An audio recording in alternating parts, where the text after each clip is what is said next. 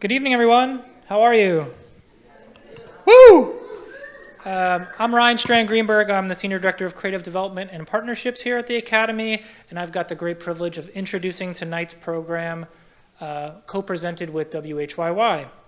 I start by giving some gratitude to Villa Africana Colobó, Baje 215, Resilient Roots for their amazing work ahead of tonight's program. If you were able to eat some of the food, give them a hand.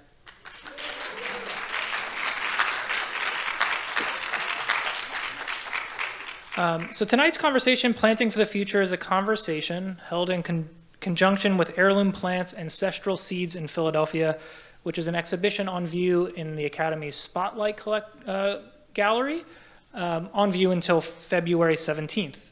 The exhibition is co-curated with Truelove Seeds. It's a collaborative exhibition with community farms across Philadelphia, highlighting their stewardship of culturally important plants connected to Filipino, Burmese, Puerto Rican, Vietnamese, and African diasporas.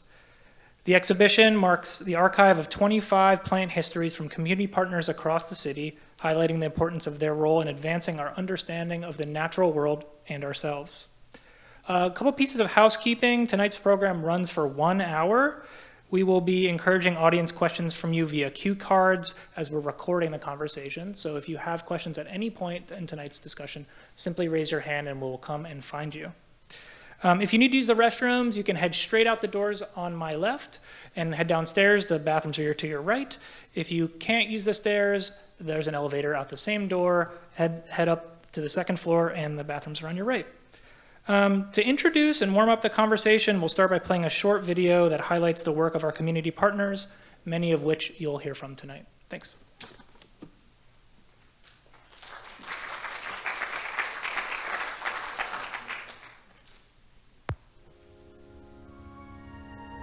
Hi, my name is Tao, and I am the Farm Program Manager here at Resilient Roots Community Farm. We are in East Camden, right across the river from Philadelphia in Jersey. Our elder refugee Vietnamese growers were the folks who came to this abandoned lot and cleaned up all the trash that started accumulating here. But this was all started, as like a blood, sweat, and tears project by our community members, by our elders who were really just like, this is our way of reclaiming this space.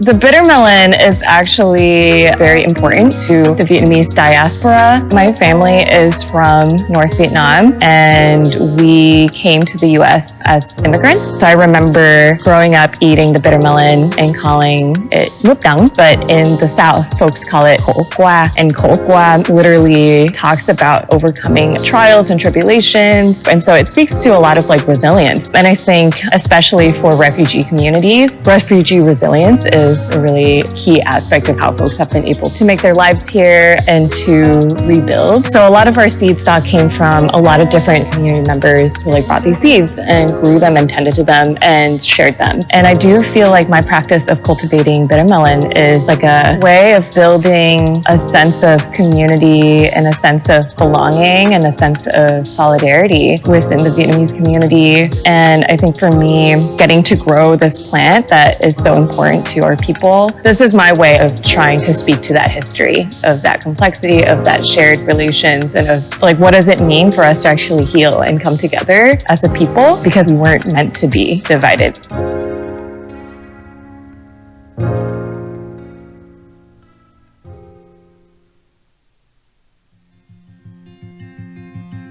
Hi, my name is Nado. I'm working at the Ranhouse Tree Community Farm. We are 7 current farmers and community volunteers. Planting is very important for me. I was a country girl. Originally from Burma and moved to Thailand. And I really surprised when I get a chance to continue to garden in the US to help my community. I want people to know how important roselle is. We call like chimbang, Korean call desido. The roselle is the yellow flower and the fruit is a red and green leaf and shaped like a palm. They have many benefits. I think more than 15 benefits. The roselle is very famous in our country, Burma. We eat a lot. The roselle is like our soul. So wherever we go, we want to get it. Before I got the seed, I went to the Korean New Year. They had like roselle fry. So I'm really excited to eat it. So I feel like home, but this is not really chimbang. But after 2007, we ordered the seed online. 2017, I got the seed from Burma. So I bring here, so I have opportunity to plant. The roselle leaf, we make a soup and we cook and we fry with the bamboo shoot and shrimp. And the fruit, we make a jam. And the dry fruit, we make a tea. My favorite recipe is chimbang with the bamboo shoot and shrimp. At the farm, we have many gatherings and we eat together, we share our food and we invite the neighbor. We build relationship in here. So we cook our traditional food and so far they love it.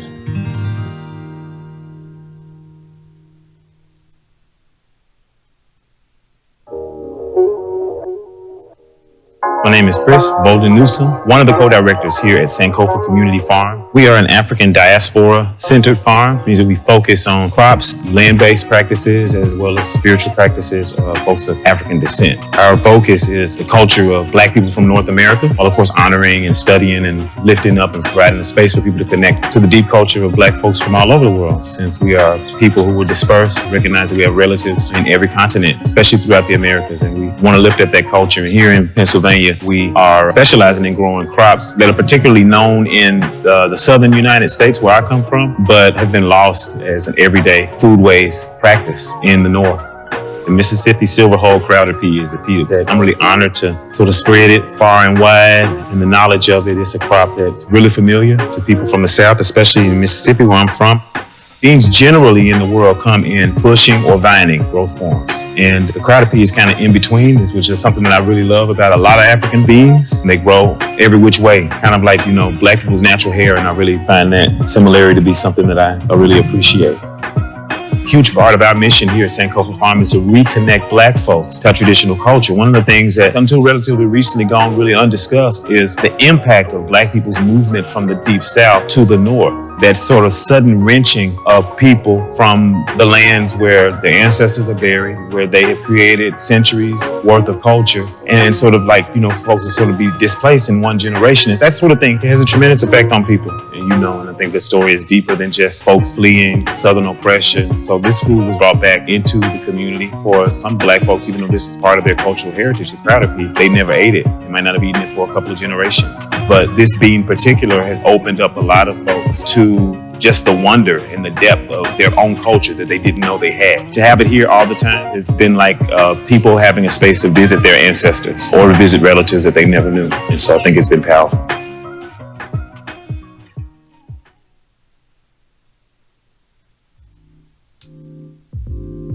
Hello, my name is Omar. And my name is Nikki. Omar and I founded Bahay 215, and we're hanging out in our home garden in Philadelphia.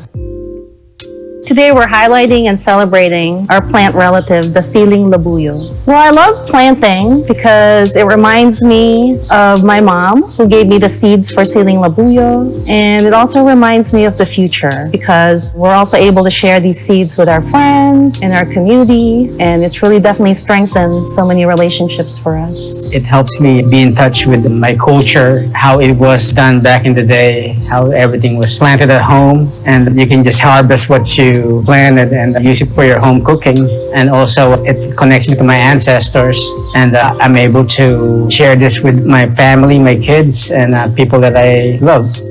Siling labuyo is a chili that we generally use a lot in our home cooking and condiments. However, nowadays it's really hard to find this type of chili. I think with decreasing green spaces, it's harder and harder for these plants to thrive. Siling labuyo is important to us because we use it in our food, and food is very important to our culture. It's what brings us together for celebrations and gatherings. And it's also used to make condiments and dipping sauces called sausawan. And condiments are fundamental to Filipino food. The siling labuyo can be made as a dipping sauce, which we include in a lot of meals that we eat. It's cane vinegar, a little bit of garlic, and the siling labuyo. And then it will ferment in the vinegar for months until you get that spicy, vinegary taste. For me personally, it's really special that the seed came from my mom. It's a way for me to connect to the land where I was born, also connect to the people who are growing it now. We're passing ancestral seeds from the Philippines to other Filipinos in Philadelphia, and they pass it on to other people. So it's a beautiful thing to see that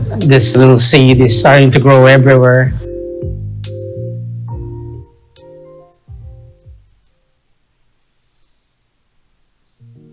We are in this beautiful garden. The name is Villa Africana Colobó. This is a garden where a lot of people come from the community to get herbs. I want to talk to you a little bit about the pigeon peas. We call them gandules, and they are extremely important. I brought pigeon peas from Puerto Rico. The grain is supposed to be black, and even the pod is beautiful because it has some tones of burgundy, and the flower are yellow, and this burgundy is a beautiful plant. In my hometown and in all over the islands of Puerto Rico, any big celebration that we are having, you are going to see rice with pigeon peas. If you only have a little bit of the pigeon peas, you could feed 10 people. We make it into like a soup. You put half a pound of rice and you make a big caldero.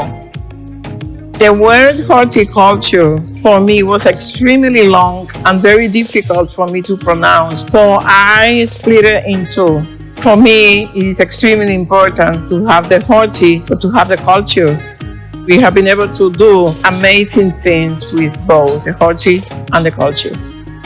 It is extremely important that we have community because we don't have any other place where we could come, gather, and relearn part of our culture. That was the reason why we are gardening, because we needed to have people together so we could have a space where we could talk, where we could dream, where we do many, many things in a garden.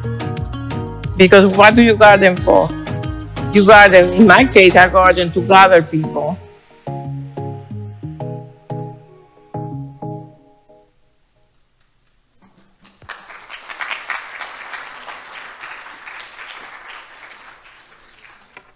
Okay, I'd like to welcome up to the stage tonight's speakers at East Brown, Chris Bolden Newsome, Chelsea Smith, Owen Taylor, and our moderator for tonight, Maiken Scott.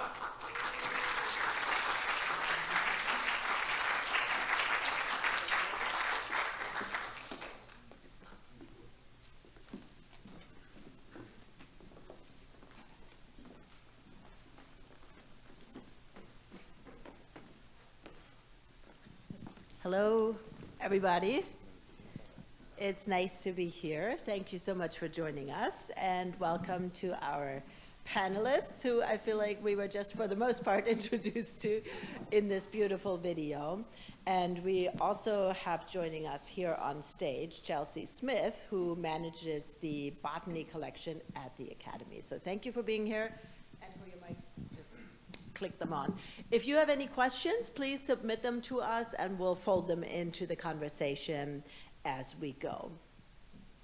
Owen, I wanted to start with you and ask you about your passion for both growing food and food justice. How are those things connected for you? Sure, thank you. Owen from Truelove Seeds. So food justice, for those who aren't familiar, though I see a lot of my food justice heroes in here, is really about social justice, you know, from the realm of food. And so community level solutions to the inadequacies of a globalized food system.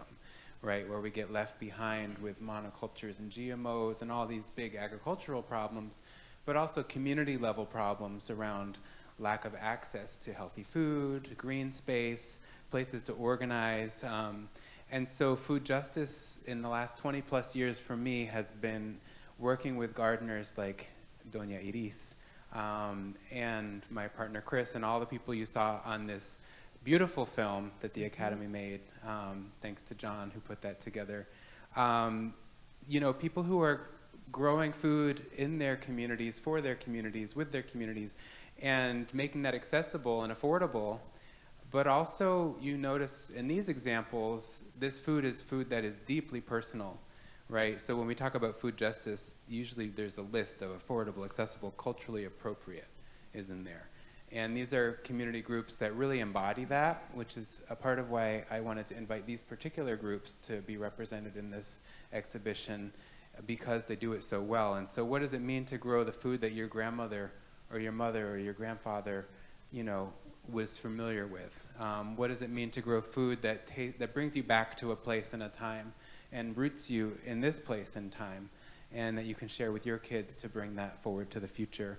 And so for me, food justice has to include that personal element, right? Because it allows us to be fully embodied in this work of reconnection with the land and with the foods that feed us and heal us. And Chris, I feel like this theme came up in every one of the videos that we saw featured, the theme of connection to the land, connection to culture, connection to your ancestors. How do you bring that concept to life at Sankofa? What do you do to kind of connect people to those ideas? Yeah, good. Okay, all right. First and foremost, giving glory to God and honor to my ancestors, without whom I would not be here, and without whom I would not have this work. That's a big question. How long you got? I'll try to abbreviate. I think there are lots of ways that happens at Sankofa. First and foremost, just the fact of being on the land for Black people. And again, to be clear, that our mission at Sankofa is geared very directly towards people of the African diaspora. We're welcoming all people to the experience, and hopefully, inspiring all human beings to get back in touch with their ancestral roots. You know, as I like to always say, everybody comes from a farming family. It's just how far back do you mean? So, first and foremost, it's in that context, in the context of a Black North American culture, just being on the land in an intentional way. You know, not just for recreation, not just for entertainment, not excluding those things.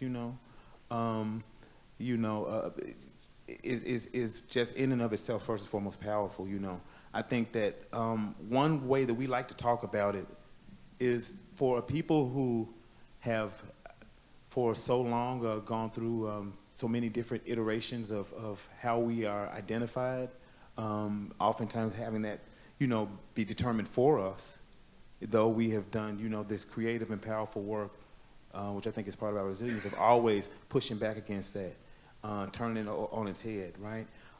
Just the idea of being on the land as free people, growing your own food, in all of the movements that it takes, we like to say, to grow food, sort of become a kind of ritual for us, right? I believe that, I come from a Christian background, and I'm a Catholic, and I believe that ritual is something that is very important for people in order to embody the experience. You can talk about it, you can theorize about it all day long, right? But doing it. So the act of planting a seed, the act of clearing a row with a hoe, right? Of harvesting crops that maybe your ancestral crops that you might be meeting for the first time. Those are us creating, working, living rituals for people to be able to step back into the footsteps of ancestors that they didn't know many times. So I think that that's one of the most powerful ways, just being on the land and going through the motions of doing the work and doing it intentionally, doing it with conversation. We believe that when we're on the land, that it has the power to inspire in us, the healing that we need, and that comes out sometimes in song, that comes out in conversation, that comes out in growing the food, and that comes out in cooking and preparing the food. So we're full service. You know, we don't just grow it. We don't just, you know, sort of hold it up or teach or talk about it. We do all of those things, and then we eat it, right? And that in and of itself, in the context of Black North Americans, especially, you know, see, we're in this really unique, and I'll be quiet here in a minute, but we're in this unique space as Black folks in the Northeast of having migrated. Meaning most of the Black people that you all know are not from here 3 or 4 generations back. Now they are, you know, I don't want to offend any Black Philadelphians. Like, well, I've been here for, you know, 200 years. I met a handful of those people, right? But the majority are folks who migrated, like myself, from the Deep South. And that, in their case, usually from the Carolinas or Georgia, right? And so there's been so much that has been lost. So being in, you know, a place where we can intentionally recreate that, enjoy it, I think that those are some of the ways in which that connection happens. And I liked what one of the videos stated was the connection both to your ancestry, to your ancestors, to your past, while creating a future and planting something for tomorrow. It's just something really beautiful in the act of planting. Let me turn to you. So you introduced us to this wonderful food tonight, which you grow in your garden. What are some of the crops that have worked out really well for you that are probably used to slightly warmer temperatures? And what are some of the crops that have been challenging?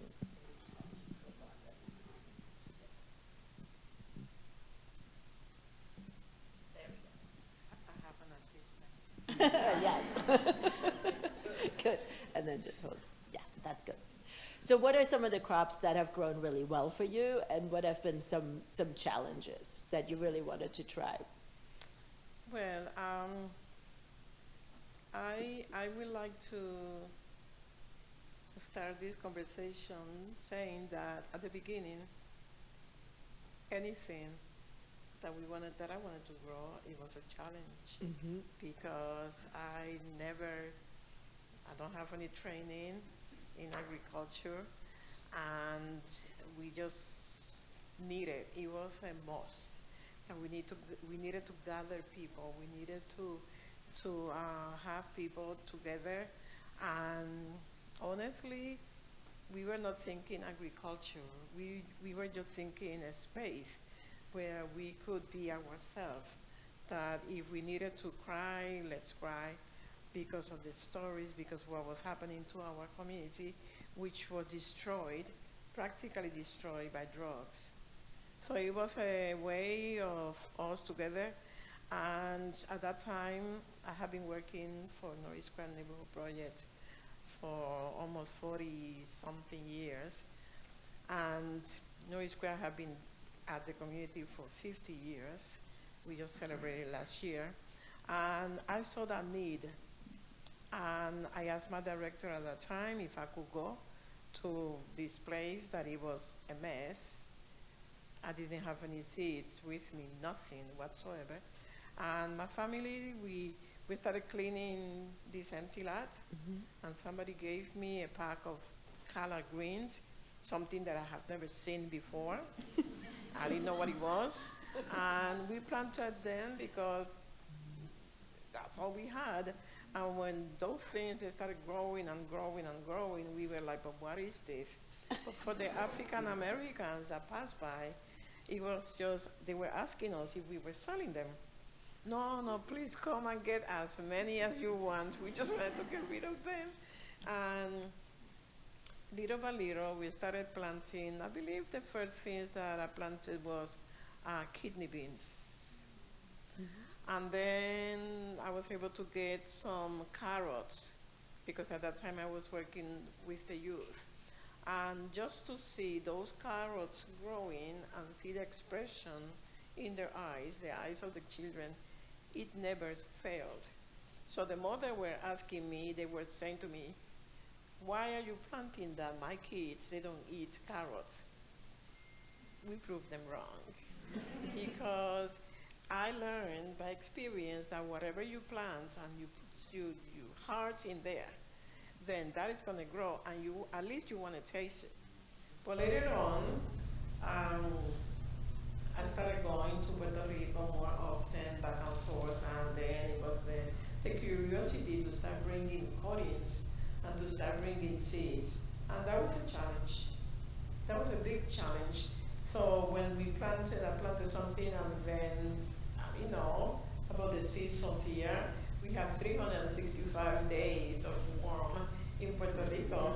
So here is a different story. So I will plant something, and then it will die.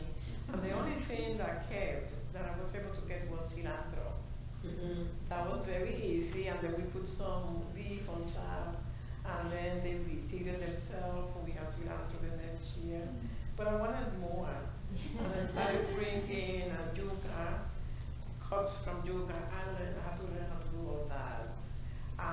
But it was a community that we just needed and wanted to be together. That whatever we planted, if it grew, it didn't matter if we had any fruit or vegetable, we were celebrating that.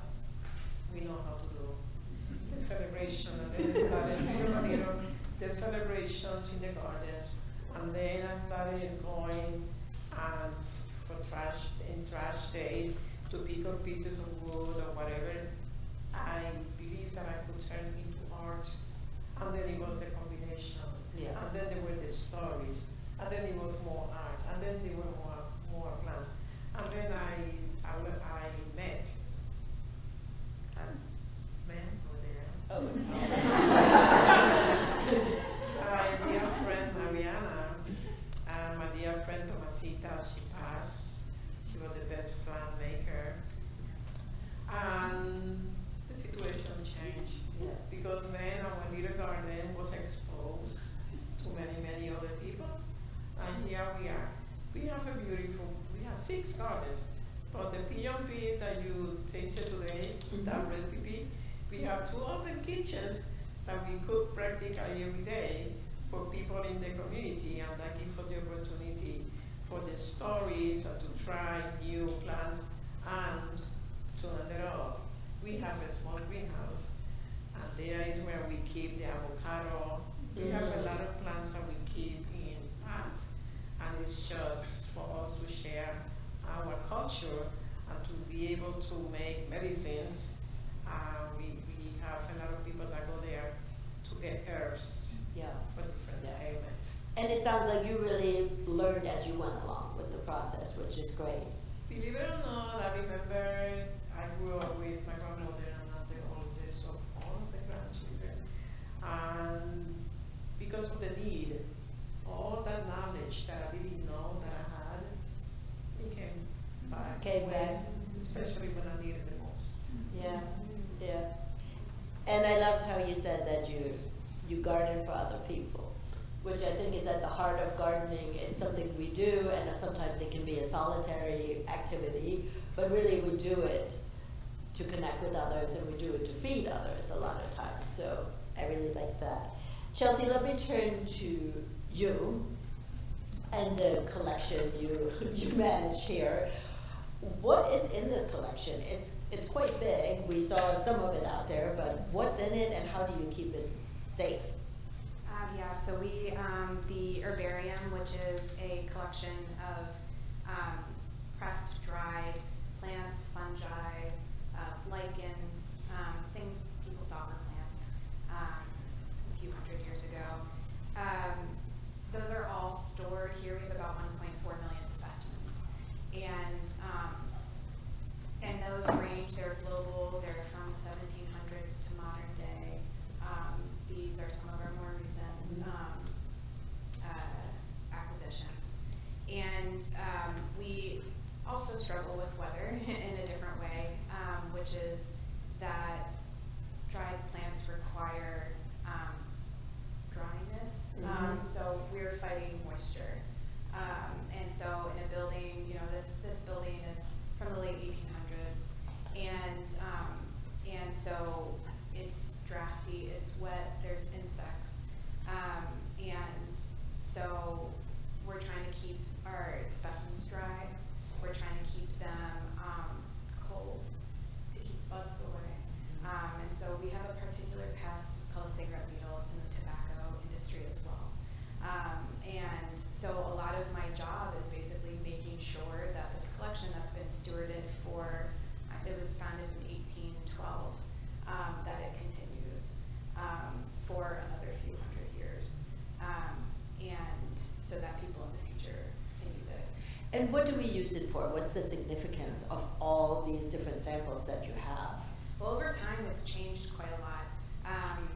It was kind of started as gentlemen scientists exploring the world for fun, you know, what's out there. And it kind of, it's for good reason evolved over time to more of an interest in what do we have around us. And that might be people's interest in native plants, it might be people's interest in invasive plants. But I kind of see my job as, in a way, like service, that I'm facilitating research. And so we have many researchers coming from something really standard things, like people looking at population ranges of plants over time, and how urbanization, how human impact, direct human impact, or things like climate change have altered environments and changed where plants grow, how people have spread plants, and you know, we're so very connected with plants and bring them with us, and so we have a record of that. And we even have artists come in to really look at kind of preserved forms in nature. And so I kind of get to help get these little snippets of research and art from people, and get to participate in a project like this, which is really eye-opening, and it has been, I've really enjoyed the process. So yeah, there's a lot of, there's so many things that this collection can be used for that most of the specimens that were collected, they had no idea, you know, that we can get DNA out of a 200-year-old specimen, that we can track climate change through databasing flowering specimens to see that things are flowering earlier and earlier, that insects are coming out earlier and earlier, so you can track the damage on an herbarium specimen. And so I think that's kind of been, research-wise, the biggest impact. Has been that, and the record through time. And Owen, at Truelove Seed Company, you have a lot of focus on ancestral seeds. How do you define that, and why is that so important to the mission of your company? Okay. Yeah, well, before we found, Chris and I founded Truelove together, and I was working with Dr. William Boyce Weaver, who has, his grandfather in 1932 started a private collection in the suburbs here, and I worked with him for 4 years, and that's when I just really fell in love with seeds. I've been growing food since I was a kid, but then suddenly this whole world of seeds opened up to me. And not just seeds, but he is a historian as well. And so you'd walk through his garden, and it could take 5 days just to walk through his garden because he'd stop at each plant, and it was fascinating to me. And I stayed a while because I wanted to learn the art and the science of saving seeds. And it dawned on me, having worked in the food justice movements and being partners with Chris, who has such a cultural focus at Sankofa Community Farm, that this was a living collection of seeds from all over the world, but without their people. You know, so what would it mean to do a project with seeds with their people, stewarded by their people, stewarded by the people who know how they're supposed to taste and look and all of this in their communities with their people. And so when we started gathering people to talk about a project like this, we started dreaming about what would it mean to keep our cultural seeds, our ancestral seeds. And so for us, that means, like I said earlier, something our grandparents would recognize, right? For me, I have to imagine, because my Italian and Irish ancestors assimilated before I could really get to know the culture firsthand. for many of the people we work with a lot of immigrant groups and refugee groups. It's knowledge that has not been lost yet, and is being carried on. And so when we started, we decided to work with anyone who was willing to have a cultural focus on their seeds and choose an ancestral seed to offer in the catalog. And we asked, what seed tells your story? Right? And so it's about people connecting very directly to the plants that they grow, and then offering them through our seed catalog to their diasporas, right, to their people. There's a lot of heirloom seed companies out there, and what we wanted to make sure with ours is that we're not trying to market people's ancestral seeds to just anybody, but this is a way for people to access those seeds when they've lost touch with them.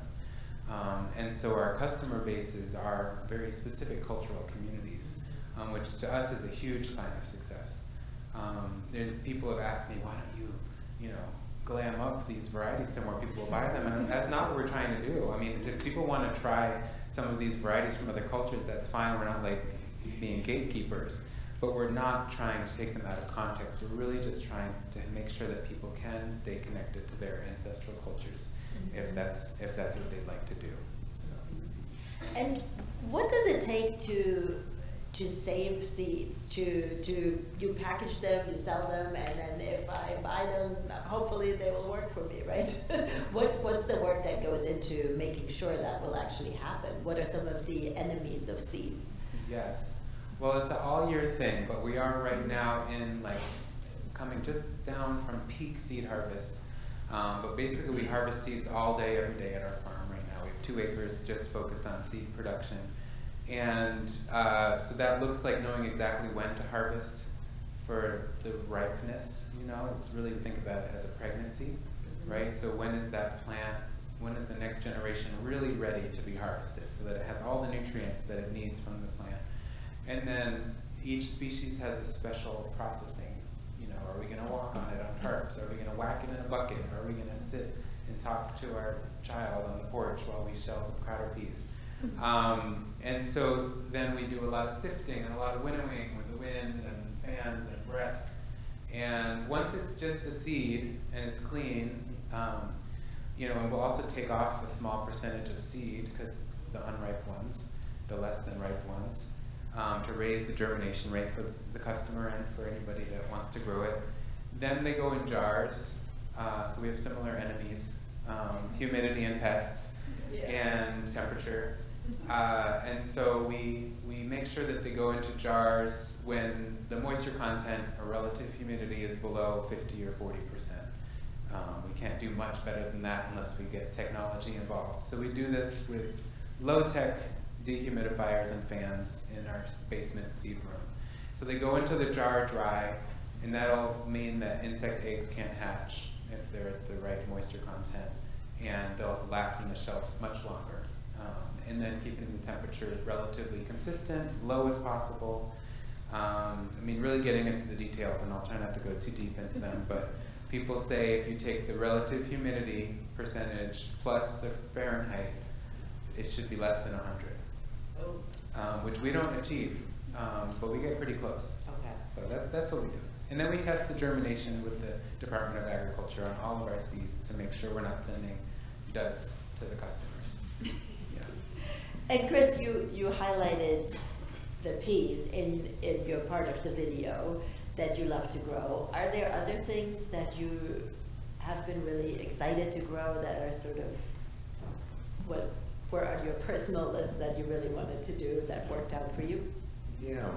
Well, I think, yes, there are. Our farm is chock full of, selected seeds, that have been chosen because of their importance to the African diaspora. Some are new to me, right? But before I answer that, I wanted to go back to something that Donidi said. This is the first time I felt like just when I think I've heard all of your stories, that was the first time that I heard that particular part of the origin story of Villa Colobó, and of your work. And it occurred to me that I have that story that not knowing what would grow here, when, and just planting stuff. There are so many of our elders, who also, you know, my elders from, you know, African American elders from the South, they didn't know, you know. They didn't know that, you know, didn't account for it, didn't think about that, you know. So I love to have that connection across the African diaspora, right? You know, the black folks in Puerto Rico and black folks in Mississippi, you know, in South Carolina. I know a man who nobody told him he couldn't grow pecans up here, and he grew a pecan tree from South Carolina, and it's probably about 50 feet tall, I think, out at the airport garden, which means it's very old, right? So it can happen. But in terms of our crops, there are so many. I guess one of the first that comes to mind, you know, asking about other ancestral crops beyond the crowder pea. And the crowder pea is, you know, we treat in Mississippi, I think we think about peas the way maybe Italians think about wine. You know, they know all of these different varieties, and then you know that this goes with this, and you pair that with that, and this grows in this soil, and I can taste this tastes like it's from, you know, this part of the country. Our peas also have a similar, maybe it's not as deep, certainly not as ancient, you know, of art and science, but they have certain significances, you know. For instance, when I grew up, the brown speckled butterbean, which is one of the beans that we offer and that we grow, that's one of our green relatives on the farm. It's near and dear to my heart. That's a special bean to me, and I only really recall eating that on Sundays, you know. That wasn't like an everyday bean that we ate. But an everyday bean would be almost any type of black-eyed pea, but particularly crowder pea, you know. So the crowder pea is one that's in the black-eyed pea family. And this is something, again, that is common throughout the African, and I've learned now, to the Asian world. You know, that black-eyed peas in some form, and and I love it because the story alone of them, the black-eyed pea family began in Africa, right, and spread out through colonization, through travel, through trade, through all sorts of things, through birds maybe, you know, everywhere. And everywhere it went, you know, it got a different name, and it's slightly changed, you know, in some ways. I think I have heard, and somebody can correct me, that the mung bean is also a black-eyed pea, in black-eyed pea family, right? Even the mung, right? The mung bean, same genus, right? You know? Like, yes, thank you. This is Dr. Alexis White, who is one of our illustrious alumni of the farm, and again, could probably do a better job of talking about this than me. But in particular, to one that stands out to me beyond the butter bean that I just mentioned, which is really close, and again, and that's a beautiful bean that looks like it holds like the mysteries of the universe in its designs, you know. You just stare at it and meditate on it. My co-director Ty has made jewelry out of some of these beans, right? But today we harvested rice, and it was the rice harvesting, and this is today, yes, ma'am. It was the second part of the harvest that began yesterday. They called you, okay.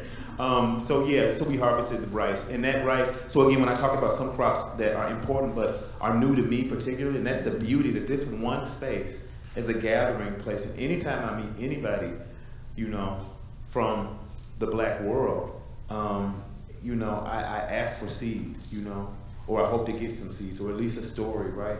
And because it's like the space becomes a family reunion, you know, of relatives that, you know, I don't know if you've ever gone to a family reunion, you see all these people, and your mom and dad tell you you're related to them, and you have no idea, right? I don't even look like these people, right? But they're your relatives, right? And you share something, and by the end of the night, you do feel this connection. That, wow, oh yeah, you do kind of sound like my granddaddy, right? And that's been the experience, you know. So rice we harvested as an upland, meaning it doesn't grow flooded, doesn't need to be flooded like Asian rice. Many people don't know that our rice was also domesticated in Africa as well. It's a different species that you know, sort of independently grew up, and so we harvested that rice in a very traditional way. The women of our farm take over the harvest of that, because in many African traditions, like rice, from planting to consumption to offering and rituals, you know, is very much specifically the work of women in our culture. So that's one. I think one more that I might mention is a non-food product. It's the castor bean. And some of you all might be familiar with castor bean in the form of castor oil, right? Yeah, right. Oh, okay, you know about, okay, I'd love to hear your experience with castor oil, because I have that same reaction, because where I'm from in Mississippi, we had to take castor oil, right? Every winter.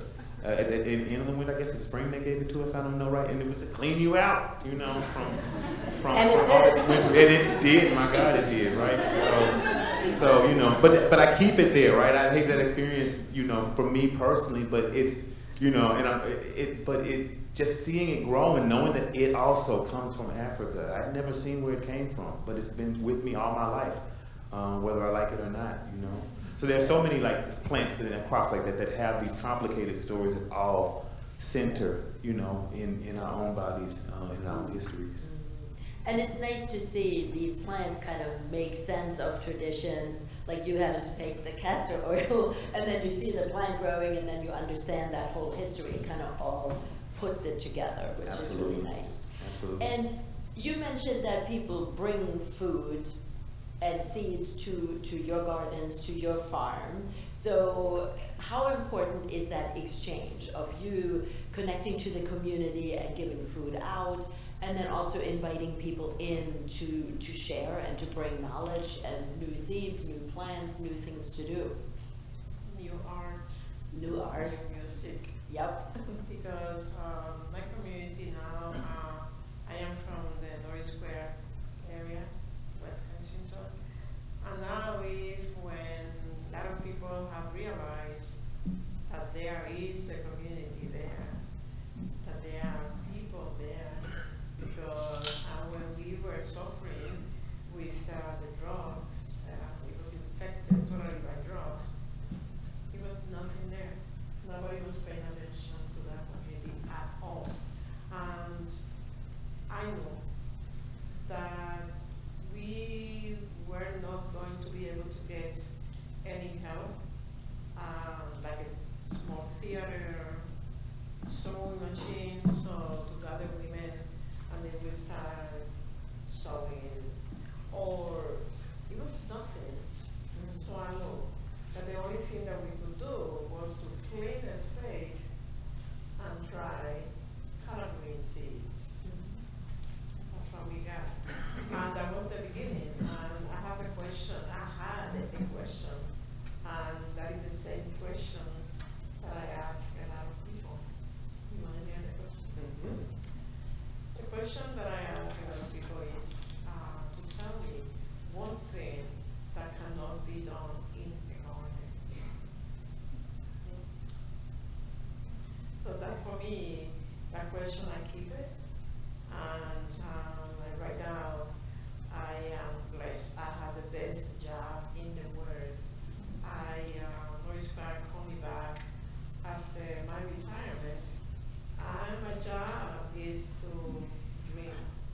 I am the dreamer. So that means that right now we are making 100 butterflies, monarchs, and they're going to be in display in one area of the garden. We are having a big celebration. You are invited. They're hatching or? No, they are made out of plywood. Oh, sorry. And then it started with just that dream of seeing all those monarchs in this area, but then it keeps on growing. And the senior citizens, they got involved. We packed them and took everything, the brushes and the paints and the butterflies, and we painted 20 of them.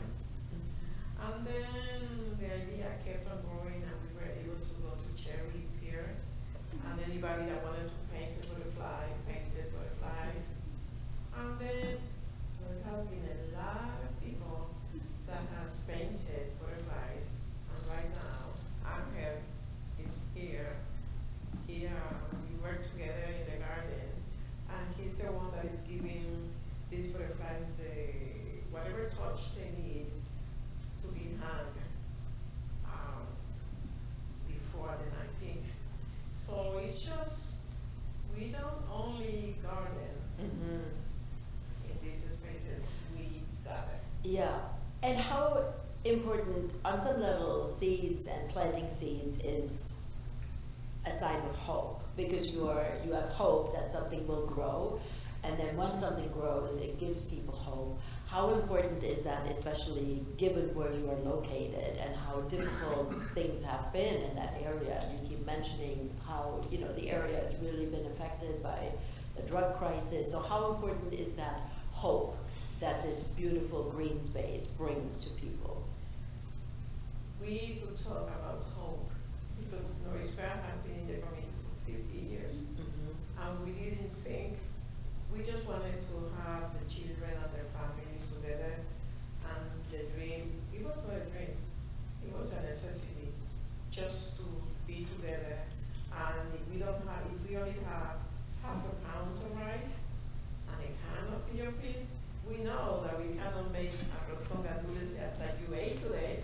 You have to make to be soup. So that becomes a big caldero of soup.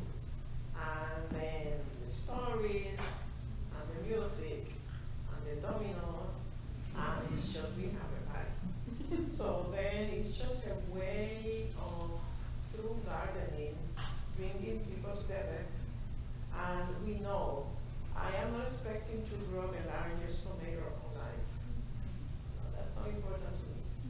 We are happy with the cherry ones. No, it's just whatever we could plant and whatever we could gather, we celebrate that because we didn't have anything. And just to put that together and do the art and do the music and do everything, and we are as happy as we could be. And the thing is that for our children, we cannot promise them that they will have this and that and the other. But we could promise them that if we work hard, we put those seeds in the ground, we water them, and we do what we need to do, which is the other way, the gathering, the music, the learning together, we will be complete. I don't believe that we could be complete. I don't believe that we could have a garden just to grow the largest tomato. Yeah. No. For me, that's not a garden. A garden is when you gather and you celebrate.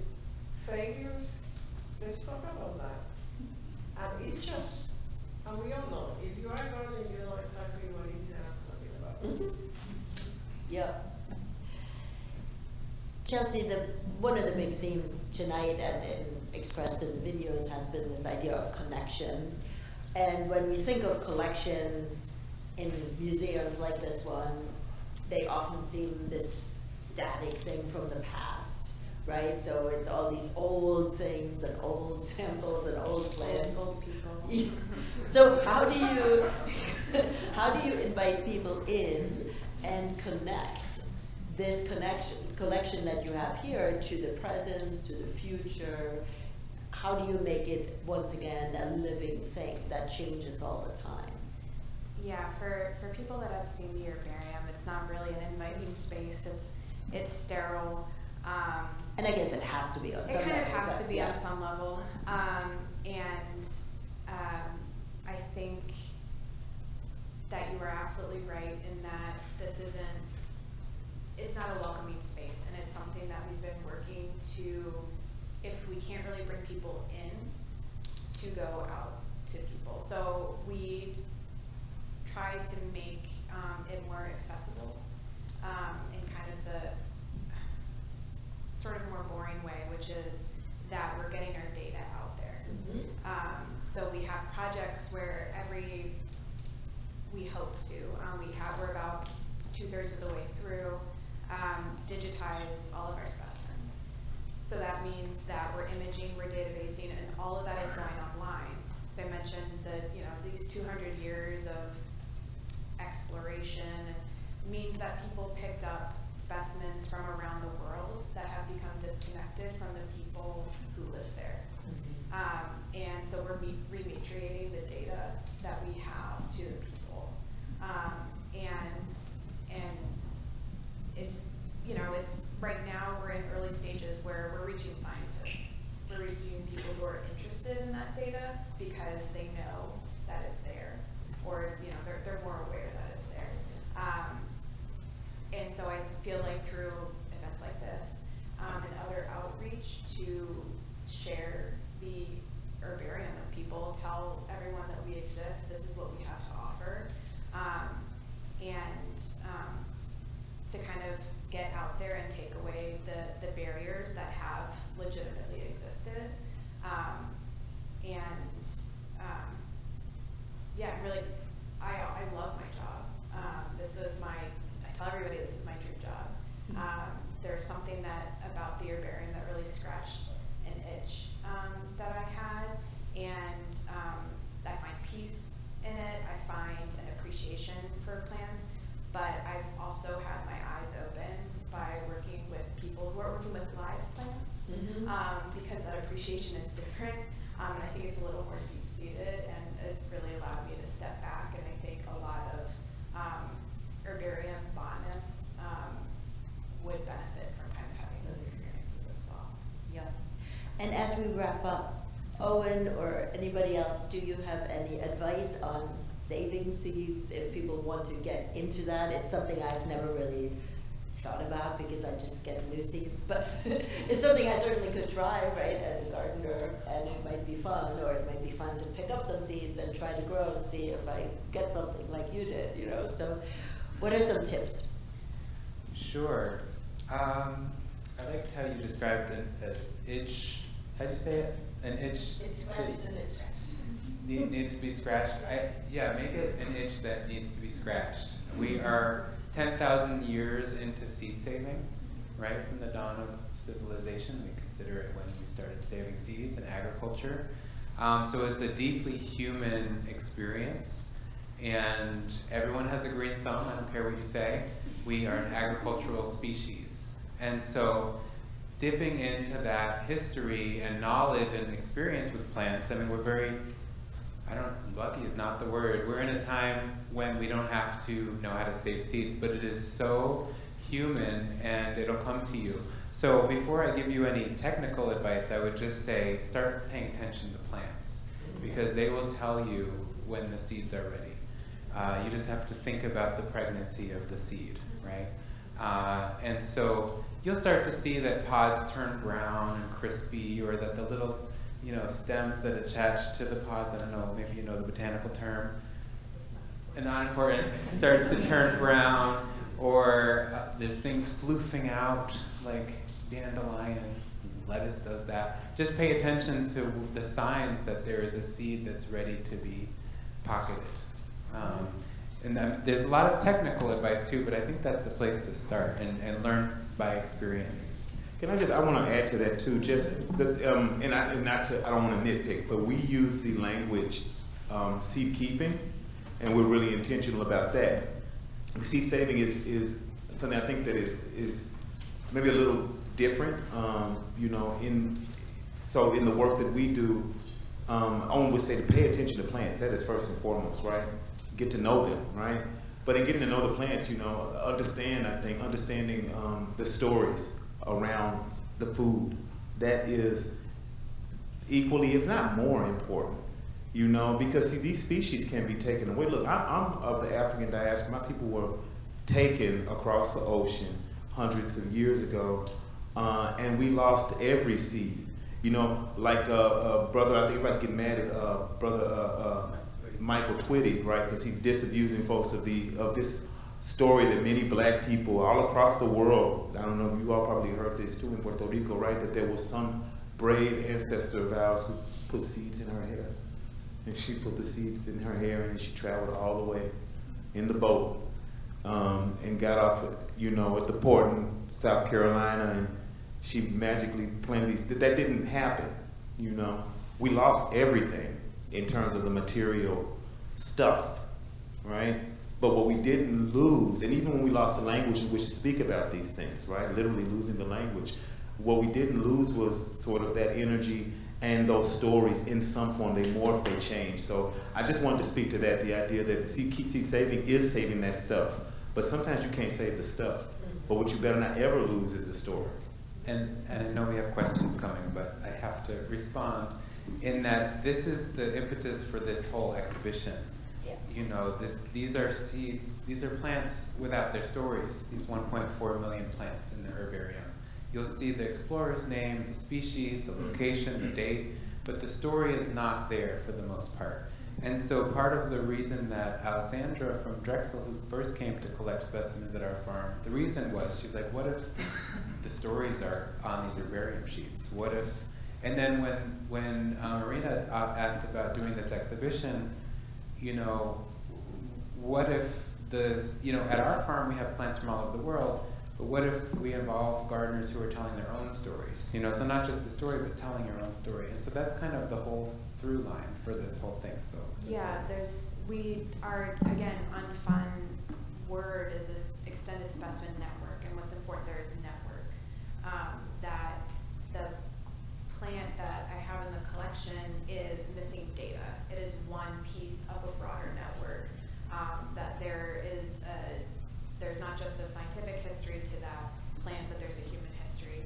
And that's kind of part of the field of ethnobotany that we are, you know, trying to integrate into our practices as we move forward and become a more accessible institution where we are, you know, collecting and working in collaboration and with consent. All right, so we'll have to do rapid fire answers here for a couple of these. What's the best lesson you've learned from seeds? Anybody? A good lesson you've learned from a seed? First, and then. Yeah, I think, well, one of them, I think, is resilience. I think this is one of the questions that we were going to ask is resilience. So, right, the idea of survival, but beyond survival, thriving. And I've learned that from seeds. I learned that particularly from the seeds that we grow. And one thing that it's taught me is that you can recover your story. That doesn't mean that that we need to sort of, so to look back to the past doesn't mean to live in the past, you know? It doesn't mean that we now need to put on period dress or whatever, or begin to adopt even ideas, you know, that are not, pertinent to this moment that we're in. But we do keep whatever is good in that, you know, and I've seen that with the seeds, and the thing that I would say about that is I've noticed that particularly, I don't know if this is the blessing of climate change, God forbid such a thing could be said, right? Or no, really, you know, because I do think it's very much sinful what we're doing to the world, to the rest of creation, or if it is just sort of divine providence working in spite of us. But the crops that we grow, one thing that I've noticed, and we didn't start to notice this until every past 5 summers has been the hottest summer on record, is that our crops are thriving. And it's particularly the seeds that we grow, which are from the African continent, they're used to this. Mm-hmm. They're used to the ups and downs. So that in and of itself is a lesson. Yeah. Another question was about some of the seeds in your collection. Have any of them been tested, whether they are viable? Can I grow ancient beans? Yeah, possibly. All right.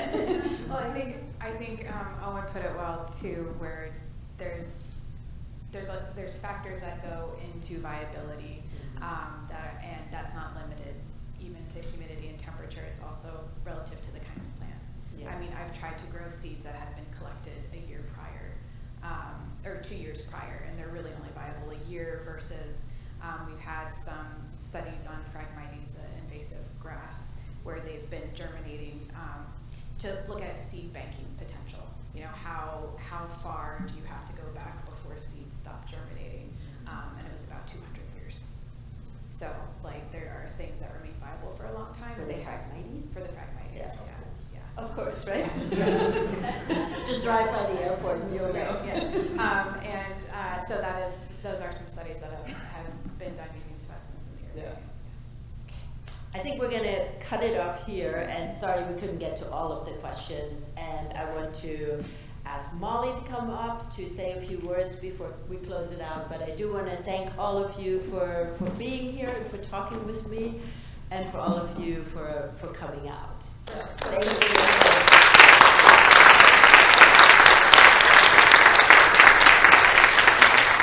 Thanks, everyone. Thanks for the amazing conversation. And I just want to say thanks, everybody, for coming tonight. We love the panelists being here, and Maiken.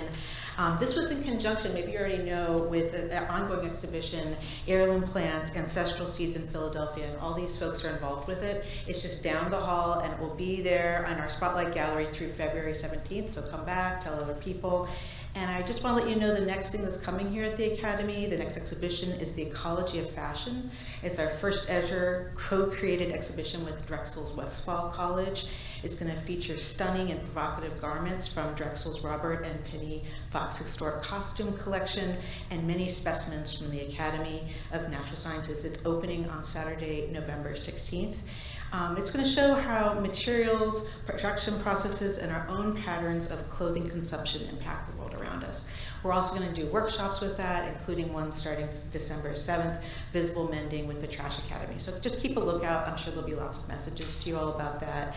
And our next town square is going to be in January, and it will also be about sustainability and fashion. So thanks again to everybody. Thanks to Mike, and thanks to all the panelists. Really appreciate it.